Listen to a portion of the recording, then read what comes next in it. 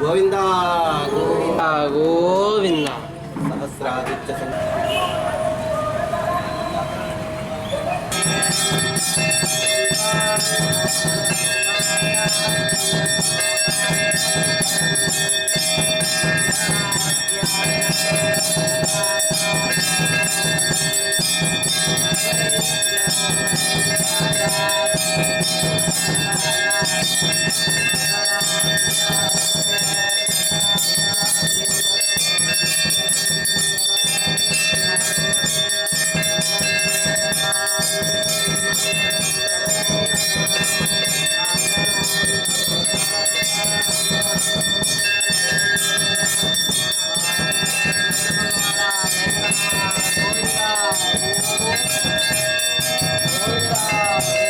శ్రీ భగవద్గీత భగవద్ప్రీత్యర్థం దేవతాభ్యో నమః పురోగమాం దృశ్యతే సహస్రాదిత్యసింగాసప్రాసేదతే మసలాహారే పపహారే విశేషతః జన్మకృతపాపానాం ప్రాయశ్చిత్తం దినే దినే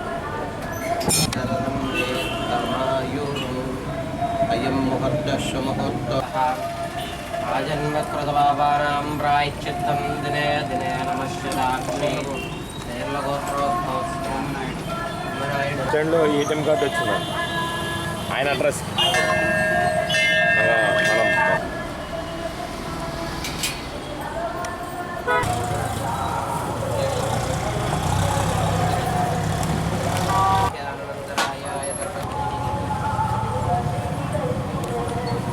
ధనువాదపంకజం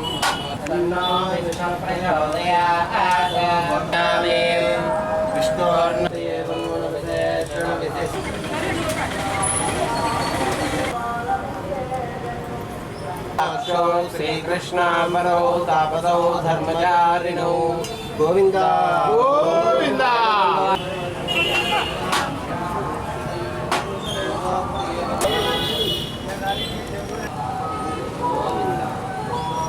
ఓం నమో వెంకటేశాయ.